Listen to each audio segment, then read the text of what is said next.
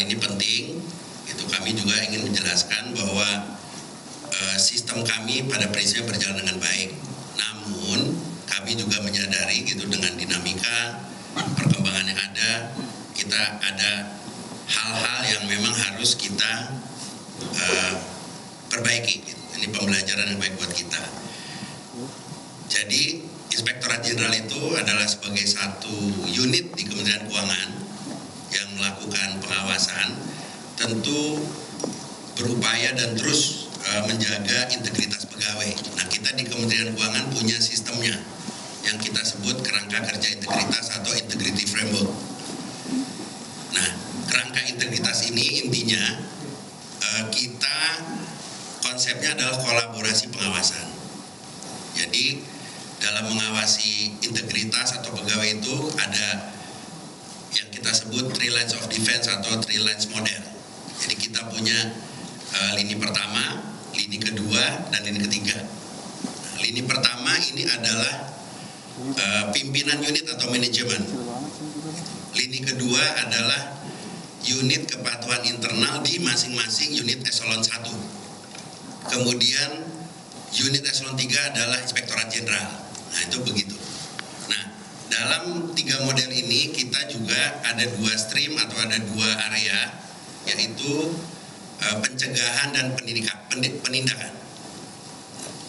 Sebagaimana kita ketahui bahwa instrumen untuk pencegahan kita sudah punya saluran pengaduan seperti WISE, kemudian juga instrumen mengawasi laporan harta kekayaan seluruh pegawai Kementerian Keuangan.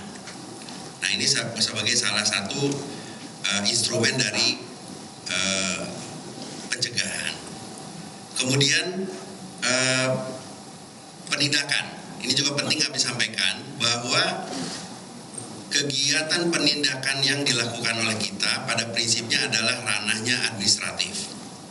Jadi maksudnya ranah menegakkan disiplin pegawai Kementerian Keuangan. Nah, kami dalam melakukan tadi pencegahan, penindakan itu berkoordinasi, kolaborasi dengan berbagai pihak, aparat penegak hukum termasuk PPATK. Nah, dalam rangka penindakan, apabila kita menemukan atau melihat ada indikasi tindak pidana, tentu ini nanti ranahnya adalah aparat penegakan hukum.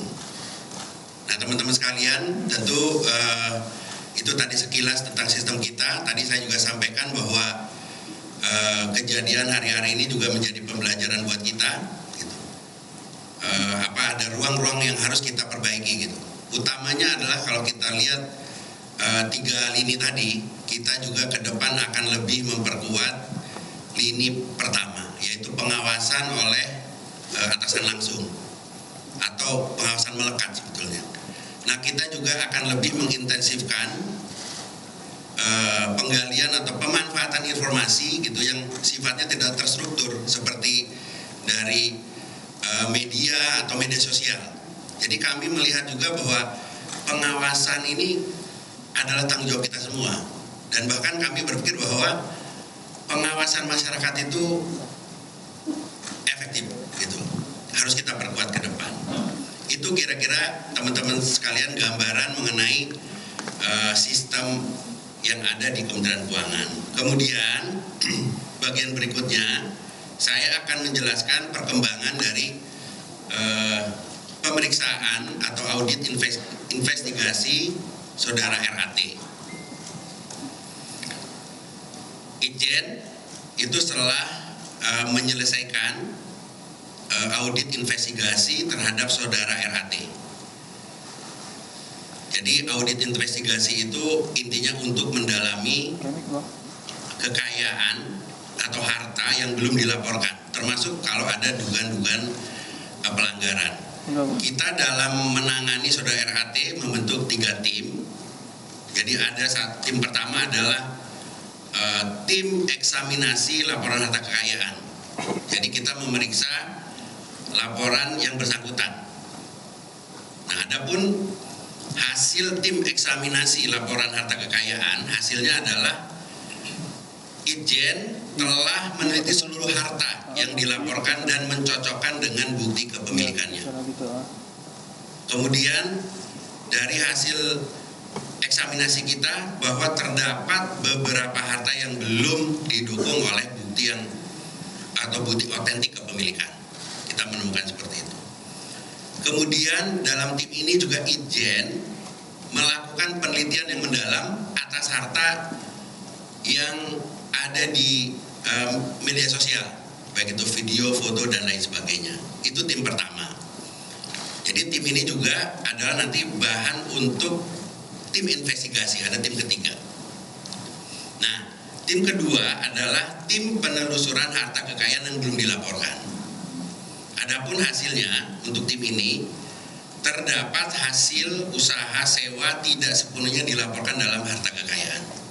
Jadi ada yang tidak dilaporkan. Yang kedua, tidak sepenuhnya melaporkan harta berupa uang tunai dan bangunan. Yang ketiga, sebagian aset diatasnamakan pihak terafiliasi. Jadi pihak terafiliasi itu bisa orang tua, kakak adik, teman, seperti itu. Nah, kemudian tim investigasi dugaan fraud hasilnya adalah sebagai berikut.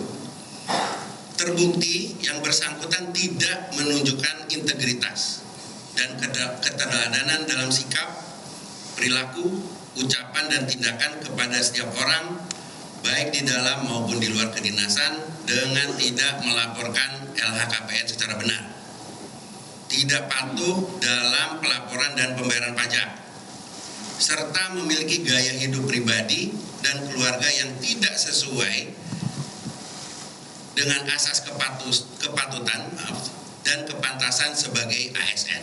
Itu yang pertama. Yang kedua, tidak melaporkan harta kekayaan kepada pejabat yang berwenang sesuai dengan ketentuan peraturan perundang-undangan. Yang ketiga, menjadi perantara yang menimbulkan konflik kepentingan terkait dengan jabatannya. Yang keempat, terdapat informasi lain yang mengindikasikan adanya upaya saudara RAT menyembunyikan harta kekayaan dan sumber perolehannya. Nah, dari hasil atau temuan bukti dalam audit investigasi itu, Inspektorat Jenderal atau Irjen merekomendasikan untuk memecat saudara RAT. Usulannya sudah disampaikan dan Ibu Menteri sudah menyetujuinya. Nanti mungkin selanjutnya akan dijelaskan oleh Pak Sekjen proses selanjutnya.